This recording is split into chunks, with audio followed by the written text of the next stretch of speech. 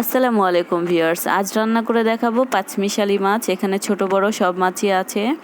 তো এই মাছগুলো রান্না করার জন্য আমি হালকা মাছটাকে ভেজে নিয়েছি, কারণ মাছটা অনেক তাজা। তো মাছটাকে হালকা ভেজে নিয়েছি, আপনারা চাইলে কড়া করে ভাজতে পারেন।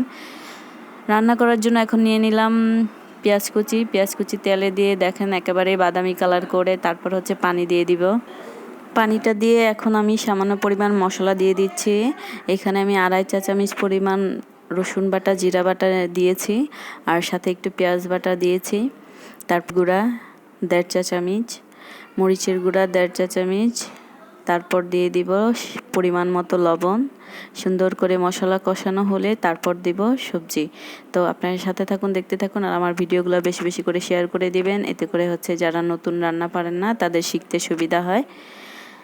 আর মশলা কষানো হয়েছে এটা চিনবে, দেখলে বুঝবেন কিভাবে। এটার জন্য আপনাকে অবশ্যই মশলার উপর থেকে তেল যখন ভেসে আসবে তখনই বুঝতে পারবেন যে মশলা কষানো হয়ে গেছে।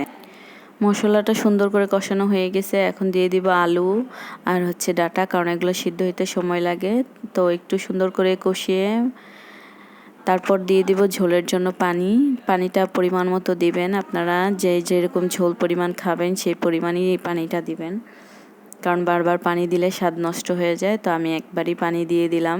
এটাকে সুন্দর করে সিদ্ধ করব, তারপর হচ্ছে শাকটাকে দিয়ে দিব।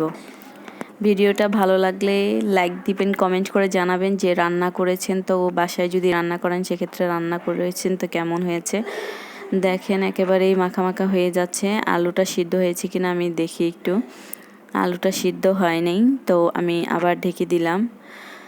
ঢাকার পরে আবার একটু পরে খুলে দেখি যে সিদ্ধ হয়েছে কিনা। তো এইভাবে আপনারা অবশ্যই একটু পরপর দেখবেন, যেহেতু গ্যাসের চুলা, অনেকেই এই কারেন্টের চুলা বা লাকড়িতে থাকলে অবশ্যই পাশে থেকেই বসে থাকতে হয়।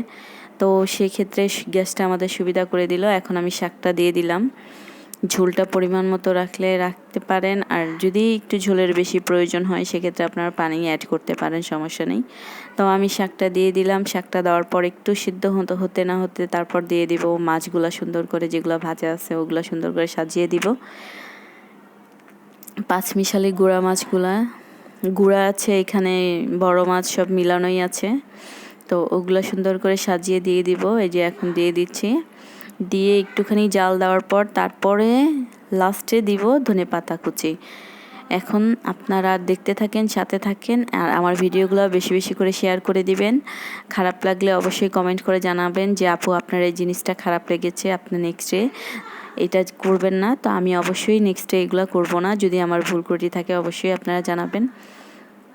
তো মাছগুলো সুন্দর করে সাজিয়ে দিলাম। এখন একটু বলক আসবে, তারপরে দিয়ে দিব ধনেপাতা কুচি। দেখেন সুন্দর করে বলক আসছে। সুন্দর করে বলক আসা মাত্রই আমি এখন দিয়ে দিব ধনেপাতা কুচি। তো সুন্দর করে বলক আসলে আপনারা ধনেপাতা কুচি দিয়ে দিবেন। এখানে আমি জিরার গুঁড়া দিতে বলবো না, কারণ সব কিছুতেই জিরার গুঁড়া ভালো লাগে না, ধনেপাতা কুচি ভালো লাগে অনেক সময়। তো এটাতেই ধনেপাতা কুচিটাই অবশ্যই দিবেন, চেষ্টা করবেন দেওয়ার জন্য। সবাই আমার ভিডিওগুলো বেশি বেশি করে শেয়ার করে দিবেন, এতে করে নতুনরা শিখতে পারবেন। আল্লাহ হাফেজ।